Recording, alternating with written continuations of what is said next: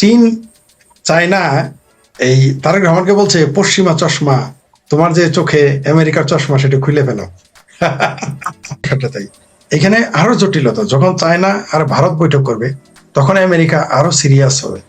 America চাইবে যে কোনো মূল্যে এখানে অবস্থান মজবুত করা, কারণ এরাও জানে, আমেরিকাও জানে যে চায়না আর ভারত তাকে এখানে শক্ত অবস্থানে থাকতে দিবে না। সুতরাং আমেরিকাও এখানে এই মুহূর্তে বাংলাদেশের উপরে তার অবস্থান আরো শক্ত করতে চাইবে, আরো মজবুত করতে চাইবে। অর্থাৎ আমরা কেসকি করলেই শুধু পড়ি নাই, আমরা ত্রিমুখী বিপদে পড়ে গেছি। আমাদের অবস্থা কিন্তু খুব খারাপ, কারণ আমাদের না আছে নিজস্ব পররাষ্ট্রনীতি, আমাদের না আছে কূটনৈতিক জ্ঞান। আমাদের আল্লাহ এইরকমই কূটনৈতিক জ্ঞান দিয়েছে যে আমাদের পররাষ্ট্র উপদেষ্টা এই ভারতের মতো প্রতিবেশী দেশ এর ওখানে গেলে ঘেটি ধরে বের করে দেয়, বলে যে নিশিউরি কাজে আয়া, মানে এরকম আমাদের যোগ্যতা, এরকম কূটনৈতিক জ্ঞান তো আমাদের এরকমই। তো আমরা এবার ফান্দে পড়ে যাচ্ছি। শুধুমাত্র যে চায়না এবং ভারত, আপনার কথা ঠিক যে চায়না এবং ভারত দিল্লিতে বৈঠক মানে এখানে আমেরিকার আধিপত্যকে চ্যালেঞ্জ করা। এটা আবার আমেরিকা তো আগে থেকেই জানে, কারণ আমেরিকা তো কাউকে পৃথিবীতে আমেরিকাই একমাত্র রাষ্ট্র যে কাউকে বিশ্বাস করে না। ভারত বাংলাদেশকে বিশ্বাস করতে পারে, ইভেন ভারত চায়নাকেও বিশ্বাস করতে পারে, চায়নাও ভারতকে বিশ্বাস করতে পারে, বাংলাদেশকেও করতে পারে, অন্য কোনো দেশকেও করতে পারে। কিন্তু আমার ধারণা যে আমেরিকাই পৃথিবীতে একমাত্র রাষ্ট্র, এটা আমার গত 30-35 বছরের অভিজ্ঞতায়, যে আমেরিকা পৃথিবীতে কাউরে কোনোদিন বন্ধু মনে করে না। সে নিজের যতক্ষণ আপনি ভালো করবেন ততক্ষণ তিনি প্রয়োজনে আপনারা যদি এক কাপ চা খাওয়াইলে আপনি যদি লেবানন নিয়ে নিতে পারেন, সমস্যা নাই, তো আপনাকে চা খাওয়াবে। কারণ আসিফ মনির যে একটা জঙ্গি রাষ্ট্রের সেনাপতি সবাই জানে, ওইখানে গণতন্ত্র নাই সবাই জানে, ওইখানে আইন নাই সবাই জানে, ওইখানে মৌলবাদী রাজনীতি ছিল সবাই জানে। তারপরে হোয়াইট হাউসে নিয়ে এক কাপ চা খাওয়াই দিছে। এক কাপ চায়ের কিমতি কি দেওয়া গেল? গাজা হাওয়া, লেবানন হাওয়া, এইভাবে সিরিয়াও কয়েকদিন পর হাওয়া হয়ে যাবে। আর ভাগ্যিস এই আসিফ মনির ওইখানে আপনার হায়দ্রাবাদে বিরিয়ানি খাওয়ায় নাই আমেরিকার হোয়াইট হাউসে, তাহলে মনে হয় পুরো সৌদি আরবে চলে যেত, অথবা খোদ পাকিস্তান চলে যেত। যাকে এটা অল্পের জন্য পাইছে গেছে, অদূর ভবিষ্যতে হয়তো খাওয়াবে। তবে আমরা কূটনৈতিক বেড়াজালে পড়ে গিয়েছি, আমরা ফাঁদে পড়ে গেছি। এই ফাঁদটা হচ্ছে কবুতরের ওই যে কারেন্ট জালের মধ্যে পড়ার মতো, মানে আমাদের নড়াচড়ার করার কোনো জায়গা নেই। আমরা এখানে বলির পাঠা হয়ে যাচ্ছি, সেটা ভারতের কাছে হোক, চায়নার কাছে হোক, আমেরিকার কাছে হোক, তুরস্কের কাছে হোক, বা অন্য কোনো দেশের কাছে হোক। আমরা একটা ফাঁদে পড়ে গেছি। এই ফাঁদ থেকে বেরোতে আমাদের অত্যন্ত দক্ষ কূটনীতিক দরকার, অত্যন্ত দেশপ্রেমিক নেতা দরকার।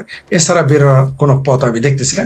আমাদের কপালে মানে শেষ মুহূর্তে আমরা কাবাব মে হাড্ডি হয়ে যাব। লাভ ওই চায়নার হবে, লাভ ভারতের হবে, লাভ আমেরিকার হবে। যে ভারত এবং চায়নার যত বিরোধ থাকুক, তারা এখানে মার্কিন আধিপত্য মেনে নিবে না। কারণ এইখানে আমেরিকার অবস্থান মজবুত মানেই ভারত এবং চায়না অনিরাপদ হয়ে যাবে। তো বাংলাদেশকে নিয়ে তাদের যতই টানাপোড়েন থাকুক, চায়না চায় বাংলাদেশ আমার পকেটে থাকুক, গরিবের বউ তো সবারই ভাবি, তাই না? গরিবের বউ তো সবার ভাবি। বাংলাদেশ নামের যে গরিবের বউটা, এটা চায়নাও পকেটে রাখতে চায়, ভারত তো নিতেই চায়। তো ভারত, তারপরেও ভারত একটু বলে যে আমরা যেহেতু দেশ স্বাধীনে সহযোগিতা করেছি, আমাদের একটু অধিকার বেশি। তারা দুইজনেই টানাটানি করে। কিন্তু তার মানে এই না যে তাদের এই বিরোধের মধ্যে থার্ড পার্টি চলে আসবে। এটা ভারতও চাইবে না, চায়নাও চাইবে না। আবার আরেকটা মজার বিষয় হলো, এখানে আরো টুইস্ট আছে, আমেরিকাও চাইবে না যে চায়না শক্তিশালী অবস্থানে এখানে নিক, কারণ তাহলে আবার তার সমস্যা হয়ে যাবে। চায়না এখানে মজবুত হলে আবার আমেরিকার সমস্যা হয়ে যাবে। অর্থাৎ পুরো বাংলাদেশটা এখন মানে যে কোনো সময় আমরা বলির পাঠা হয়ে যাব। যেমন সুন্দরবনে বাঘ ধরতে আপনি কি করেন? একটা পাঠা রেখে আসেন বা অন্য কোনো প্রাণী রেখে আসেন ধরার জন্য। তো বাংলাদেশটা এরকম হয়ে গেছে। একদিকে গরিবের বউ, সুন্দরী বউ সবার ভাবিও বলতে পারেন, অথবা আমাদের কাবাব মে আমরা হাড্ডি হয়ে গেছি। হাড্ডির কোনো কাজ নাই, কিন্তু হাড্ডির কাজ কি? মাংসটাকে পুরবে, আমরা মাঝখানে জ্বলবো। হাড্ডি কেউ খায়ও না, ঠিক আছে? খালি হাড্ডি কুকুরেও খায় না। তো হাড্ডির তো কোনো কাজ নাই। হাড্ডি হলো কাবাব মে, আমরা হাড্ডি হয়ে থাকবো, শুধু জ্বলবো আর জ্বলবো, পরে ফেলে দিবে আমাদের। তো আমি নিউজটা এখনো জানি না। তিনি লিখেছেন, আমার এখানে একজন বলেছেন, প্রথমে আমি কিন্তু এখনো জানি না, আগে বলে নিলাম, বললেন না যেটা আমি বলছি, আমাকে দর্শক বলেছেন। উনি লিখেছেন যে চীন, চায়না এই তারেক রহমানকে বলছে পশ্চিমা চশমা, তোমার যে চোখে আমেরিকার চশমা সেটা খুলে ফেলো। কথাটা ঠিক আছে। এটা আরো 4-5 ঘন্টা ধরে অনেক কন্টেন্টই হয়েছে এটা নিয়ে। যাই জানি না, একজন দর্শক লিখেছে যে চায়না নাকি তাকে বলেছে যে আমেরিকার পিছ ছাড়ো, ইউরোপের পিছ ছাড়ো, মানে আমার পিছ ধরো। তাহলে এটা যদি বলে থাকে তাহলে তো আমেরিকা ছাড়বে না। আমেরিকার কাছে তো আপনি মুসলেখা, অর্থাৎ আমি তো আগে আপনার কাছে মুসলেখা দিয়ে আসছি, এখন হায়দ্রাবাদের বাড়িতে গেছি, হায়দ্রাবাদের সাথে আপনার বিরোধ। এবার তো হায়দ্রাবাদের সাথে আমি প্রীতি গাইঠে করলে আপনি তো আমার ছাড়বেন না, কারণ মুসলেখা তো আপনার কাছে দেওয়া। সুতরাং আসলেই আমাদের বাংলাদেশটা জটিল থেকে জটিলতর হচ্ছে। আর আমরা কি দেখলাম যে আমেরিকা বা চায়না যার সাথে বন্ধুত্ব করে সেই দেশটা জঙ্গি রাষ্ট্র হয়ে যায়, সে দেশটা অর্থনৈতিকভাবে পঙ্গু হয়ে যায়। আপনি খেয়াল করেন পাকিস্তানের কি পরিণতি। পাকিস্তানের সাথে তো বর্তমান মুসলিম বিশ্বের মধ্যে সবচাইতে একেবারে গাইঠে পিরিতি হলো পাকিস্তানের সাথে, কিন্তু এই পাকিস্তানকে তো আমরা কোনোদিন অর্থনৈতিকভাবে উন্নতি হইতে দেখলাম না। চায়নার সাথে পৃথিবীর দুইটা অর্থনৈতিক বড় শক্তি, পৃথিবীর top most America, top second China, এই দুইটা দেশের সাথে আমেরিকার পাকিস্তানের এত গাইঠে পিরিতির ভাই। আমার সাথে যদি দুইজন বিলিয়নারের খাতির থাকে তাহলে তো আমার অন্তত বাড়ি ঘর থাকার কথা, আমার মার্সিডিজ থাকার কথা, কারণ আপনারা দুইজন বিলিয়নার বন্ধু। তো সেইখানে আমি কিভাবে 5,500 ভিক্ষুক ঘেটি ধরে বের করে দেয়, তালমিগ্রস্ত গালা হয়। সারা পৃথিবীতে 90% ভিক্ষুক পাকিস্তানি কেন? তো পাকিস্তান আর চায়না দেখেন, চায়না এত উন্নয়ন, সিপ্যাক নামে কত উন্নয়ন করলো পাকিস্তানের, কিন্তু ফলাফল কি? সেই পাকিস্তান যেই চাকাতে ইসা। তো সেই চায়না, সেই আমেরিকাই তো বাংলাদেশে। তো আমার কাছে কেন যেন মনে হয় আমরা অর্থনৈতিক ভাবে, যে দর্শকটা আপনারা এখানে কমেন্টস করেছেন, অর্থনৈতিক ভাবে আমরা পাকিস্তান হব আর মানসিক ভাবে আমরা আফগানিস্তান হয়ে যাব, এবং অলরেডি এটা হয়ে গেছি আমরা। মানে আমরা, আপনি দেখেন বিএনপি যখন ক্ষমতায় ছিল কত বিলিয়ন মজুদ ছিল, আমাদের অর্থনীতি কত বিলিয়নের। শেখ হাসিনা যখন ক্ষমতা ছাড়লো অর্থনীতি কত ছিল। এই মুহূর্তে বাংলাদেশের জিডিপি কত কোথায় নেমে গেছে, এই মুহূর্তে বাংলাদেশের রিজার্ভ করতো। এই প্রশ্ন করলেই কিন্তু আমরা দুধ কা দুধ পানি কা পানি হয়। আমরা যদি প্রশ্ন করি, যে রাশেদ ভাই বললেন যে ধরে নিলাম আওয়ামী লীগ খুব খারাপ দল ছিল, শাসক হিসেবেও খারাপ, কিন্তু তার সময় তো চাকরি ছিল, বাকরি ছিল, ফ্যাক্টরি চালু ছিল। কিন্তু এখন তো সেই চালু ফ্যাক্টরি আপনি বন্ধ করে ফেলছেন, নতুন ফ্যাক্টরি তো বহুত দূরের কথা। এই যে আমাদের ভাবির ছেলেদের মুসলেখা সরকার, বাংলাদেশ কিন্তু পৃথিবীর একমাত্র দেশ, যেটা আপনাদের বারবার বলি, যে পৃথিবীর একমাত্র দেশ যেখানে কোনো বিরোধী দল নেই, যেখানে কোনো স্বতন্ত্র দল নেই, সবই সরকারি দল। এই তারেক রহমান সরকারি দল, জামাত হলো সরকারি বিরোধী দল, আর আমার ভাবির পোলার হলো সরকারি স্বতন্ত্র দল। এখানে কোনো বিরোধী দল নাই, পৃথিবীর একমাত্র। এদের আরেকটা নোবেল প্রাইজ দেওয়া হতো। রাজনীতির উপরে যদি নোবেল থাকে তাহলে 10-12টা নোবেল একবার এই মুহূর্তে বাংলাদেশে দেওয়া উচিত। তো এই সরকার, এদের দেখেন আপনার অবস্থাটা দেখেন, এরা কি, এরা না বিনিয়োগ আনতে পারতেছে, না দেশি বিনিয়োগ তারা সৃষ্টি করেছে, না কর্মক্ষেত্র সৃষ্টি করেছে। বরং শেখ হাসিনা যেগুলো, এমনকি পদ্মা ব্রিজের পিলারের নিচের মাটি আপনাকে কামড়ায় খাইতে হইতেছে, মাটি আর দুনিয়ার কোথাও নেই। আর মাটি আর আবার আমাদের মন্ত্রী মহোদয়, আমাদের বাংলাদেশের মানুষ কত বড় বোকা আর কত সুতিয়া মনে করে এদের। এই মন্ত্রীরা বলে যে ওখানে মাটি বেশি তাই আনছে, মাটি বেশির আর কোনো জায়গা ছিল না বাংলাদেশের, ওই পদ্মা ব্রিজের পিলারের মাটি এত বেশি হয়ে গেছিল, আর কোথাও মাটি নাই। মানে এই সমস্ত উদ্ভট যুক্তি। আবার আজকে দেখলাম আমাদের বৃহত্তর ময়মনসিংহের এক জাতীয়তাবাদী এমপি বলেছেন সংসদে 50 বছরের আওয়ামী লীগ ক্ষমতায় আসতে পারবে না। আমি তো বুঝতেই পারলাম না 50 বছর পর ময়মনসিংহটাই বাংলাদেশ থাকবে কিনা, এটাই তো আমার সন্দেহ আছে। আর আওয়ামী লীগের চিন্তা করে 50, উনি কয়েকদিন পরে কিন্তু হারিকেন লাগায় তারা খুঁজে পাওয়া যাবে না, আমরা জানি। 5-6 মাস পরে কিন্তু তাদের কাপড় চোপড় নষ্ট হয়ে যাবে। আগামী 23 জনের আগে এই যে নেটো বাহিনী আনতে হবে আওয়ামী লীগ ঠেকাইতে, এটা আমাদের ওই ময়মনসিংহের এমপি ভুলে গেছেন।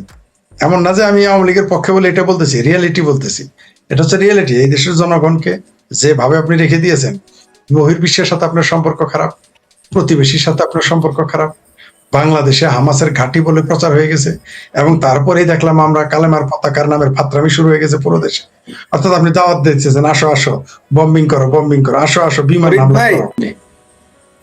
জি, ফরিদ ভাই, রাশেদ হায়দার ভাইয়ের কাছেও আসি ঠিক এই বিষয়টা নিয়ে, যে দিল্লিতে ওয়াং ই এবং অজিত দোভালের বৈঠক বেশ রহস্যজনক। এখানে খবরে যেটা আমরা পেয়েছি সেটা হচ্ছে চীন ভারত সম্পর্ক স্বাভাবিক হচ্ছে, অনেকটা এরকম। মানে তাদের মধ্যে যে শত্রুতা ছিল, এখন এই যে তারা যে বৈঠক করছে বা তারা যে তাদের সম্পর্কটা স্বাভাবিক হচ্ছে, মার্কিন যুক্তরাষ্ট্রকে ঠেকানোর জন্য এই দক্ষিণ এশিয়ায়, নাকি এর পিছনে অন্য কিছু আছে? রাশেদ হায়দার। এটা বাংলা একটা কথা আছে, শত্রু শত্রু আমার মিত্র। ভারতে অজিত দোভাল এবং চায়নার যিনি বৈঠক করেছেন, উনিও হচ্ছেন যে আপনার চায়নার নিরাপত্তা উপদেষ্টা, নিরাপত্তা বিষয়ে কাজ করেন উনি। চায়নার গভর্নমেন্টের খুব হাই লেভেল একজন, সেম টু সেম অজিত দোভালের সমপর্যায়ে ওনারা বসছেন বৈঠক করতে। ফরিদ ভাই আগেই বলে দিছে যে কেন এই বৈঠক। এর ভিতরে গতকাল রাতে আরেকটা খবর আসছে যে বাংলাদেশ যে ব্রিক্সে যোগ দিতে চাইছে সেইখানে অনুমোদন পায় নাই। তার মানে ভারত বা চায়না কেউ একজন মানে নাই, ঢুকবে না। ওইখানেও তো একজন না মানলে হবে, ঢুকবে না। এখন ফরিদ ভাইও বললো যে ওই আমেরিকারে ঠেকাও, আমেরিকারে ঠেকানোর জন্য দুইজনে। আচ্ছা, আমেরিকার প্রধান শত্রুকে চায় না, কারণ আমেরিকা ভালো করে জানে যে আগামী 10 থেকে 15 বছরের ভিতরে যদি কেউ যদি ঠেক দিয়া দাঁড়ায়, সেটা চায় না। কারণ যে আমেরিকাতে বিলিয়নিয়ার আছে 368 জন, চায়নাতে আছে 316 জন, মানে সর্বোচ্চ 50-60 জন বিলিয়নিয়ারের ঘাটতি আছে।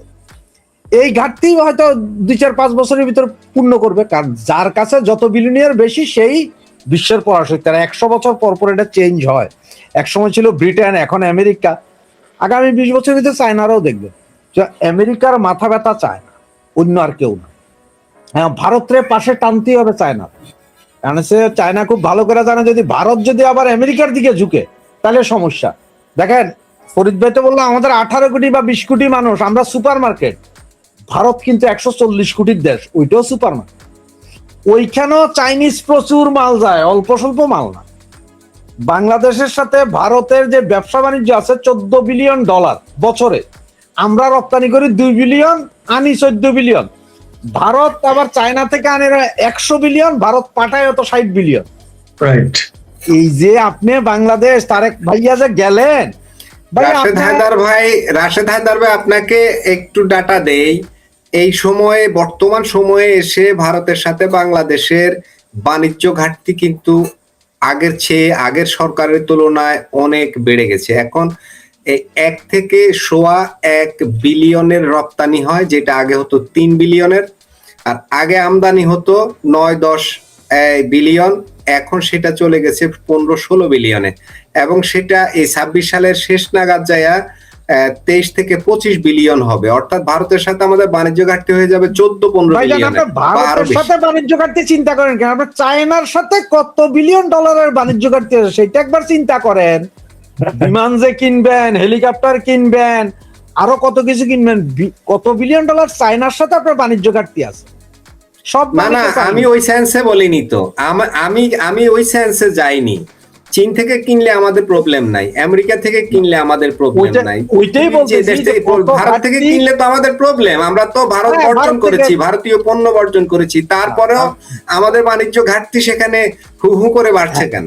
কারণ হচ্ছে যে ভারতের সাথে, ভারতের মালামাল তো ভাই হিন্দু মাল, হারাম।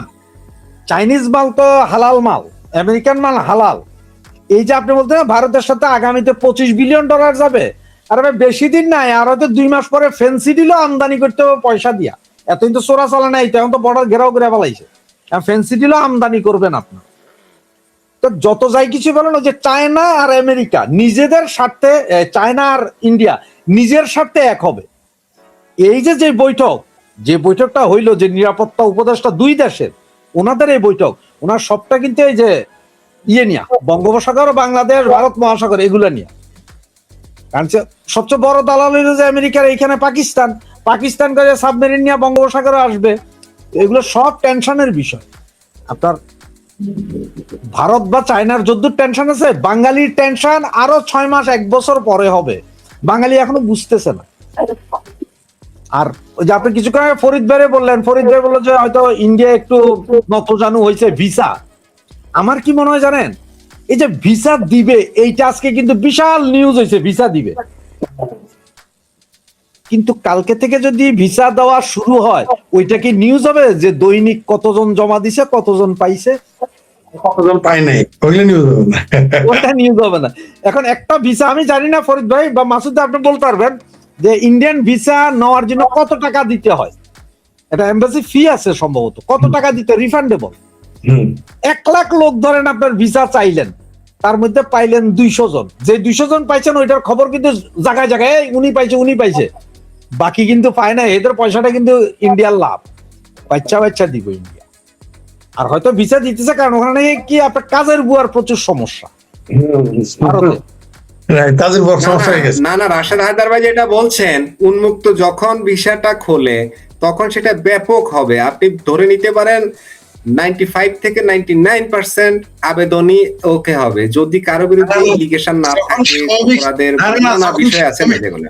যখন স্বাভাবিক ছিল তখনই 65 স্বাভাবিক হলে, না, যখন ভিসা স্বাভাবিক ছিল তখনই 65-70। এত দেয় না, কোনোদিনই 90% ভিসা দেয় না। সারা তখনই পৃথিবীতেই তো আমাদের ভিসা চাওয়ার অধিকার আছে, সব তখনই দেশে আমাদের ভিসা দেয়। তো আমরা 1000 জনে অ্যাপ্লাই করলে আপনার 3 জনে পাই আমেরিকার ভিসা, বাকিরা পাই না। যে 3 জন পায় ওইটা কিন্তু আবার ফলাও করে ছাপানো হয় যে অমুক অমুক অমুক পাইছে, বাকি কারা পায় না। এটা মানে যে নিউজ, প্রথম নিউজ আপনারা সবাই পড়েন যে হ্যাঁ দিচ্ছে, পরে যে কত কান্না কত অত্যাচার এইটা কিন্তু আর কেউ দেখি না। কাহিনীটা ওই রকম হবে, দেখে থাকেন এমনি, এগুলো তো সব খেলা। আর আপনি এতটুকু কি মনে করেন না যে যে অ্যাম্বাসেডারকে দিলেন রাজনীতিবিদ, ওনাকে হঠাৎ করে গতকাল রাতে কেন মন্ত্রী পদমর্যাদার করা হইল? ভারত কি চায়? না না না, এটাই স্বাভাবিক, কারণ উনি কেন্দ্রীয় মিনিস্টার। সেখানে উনি আসার পরে উনি জয়েন করেননি, উনি অবস্থান করছিলেন ওই তার পদমর্যাদাটা ওকে না হওয়া পর্যন্ত তিনি জয়েন করেননি। ঠিক আছে, উনি তো সচিব লেভেলে, মন্ত্রী তো সচিব লেভেলে এসে উনি এখানে হবে না, সাধারণত। সেই কারণে হ্যাঁ, না না, এইটা আপনাকে কে বললো? এটা আমাকে কেউ বলেনি, এটা লজিক, এটা আমাকে কেউ বলে, এটা লজিক। কারণ যতক্ষণ মিনিস্টার উনি এখানে এসে সচিব হবেন বাংলাদেশে এসে, না না, আপনি যতক্ষণ মিনিস্টার ছিলেন ততক্ষণ মিনিস্টার। আপনার এমন কোন আইন নাই যে আপনার মিনিস্টারের পরে আপনার মিনিস্টারই চলে গেলে। ভারতের মন্ত্রী তো রাজ্যপাল হয়েছে, মুখ্যমন্ত্রী না, এরকম তো রেকর্ড আছে। রাজ্যপাল হইতো আরিফ মোহাম্মদ খান, জাস্ট রাজ্য, অথচ তিনি মিনিস্টার। একটা কথা আজকে মনে রাখেন, না রাজ্যপালের অনেক বিশাল মর্যাদা ফরিদ ভাই, ক্যাবিনেট মিনিস্টার মাসুদ ভাই। ওনাকে আজকে মন্ত্রী পদমর্যাদা দিয়ে বাংলাদেশে রাখার কারণটা শুনেন, এটা বইলা দি। ওই যে আমাকে বঙ্গু মুসলমানরা ওই যে কালার সাদা পতাকা নিয়ে আক্রমণে জানে ইন্ডিয়ান এম্বাসি, ভারত এবার চাইতেছে এই জায়গায় আবার একটা আক্রমণ হোক। তখনই ভারত সারা পৃথিবীতে কইব যে আমরা শুধুমাত্র একজন দেই নাই, কূটনীতিক দিনে মন্ত্রী পদমর্যাদার কূটনীতিক দিছি, তার দিকে আক্রমণ গেছে, তারে নিয়ে গালাগালি হয়েছে, তারে বলছে যে লাথি মেরে বের করে দাও। এগুলো সব ইস্যু করবে।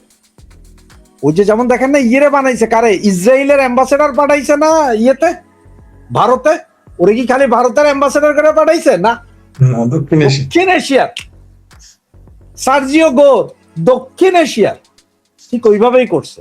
ভারত এটা খেলা খেলে দিছে, আমি আপনি কেউই বুঝি নাই যে কি খেলাটা খেলছে। এই খেলাটা দেখতে থাকেন। তবে এটা খুবই ডিস্টার্বিং, বলবো না, অ্যালার্মিং, যে চায়না আর ভারত একসাথে বৈশা কথা বলা। যখন তারেক রহমান চায়নাতে আছেন, ওই সময় দুই দেশের হাই প্রোফাইল লোক কথা বলা, ওরা কি বলছেন। এবং আমেরিকা যে চোখ না দিয়ে রয়েছে তা না। ওই যে ফরিদ ভাই কইছে না, এক কাপ চা খাওয়াইলে যদি টার্কি দখল করে নেওয়া যায়, সুতরাং আমেরিকা হয়তো কইতে পারে যে বাবারে তোরা দুইটাই ঠিকঠাক, তোরা কি চাস? হ্যাঁ, লেবানন এক কাপ চা খেলে লেবানন নিয়ে নিস, তোরা কি চাস, তোরা চাস কি এইটা বল, তোরা যা চাবি আমি উল্টা যাব। কারণ আমেরিকা তো ওই যে always Trump, always chicken out, তাকো ট্রাম্প চিকেন আউট করবেই। দেখেন না কি হয় আবার।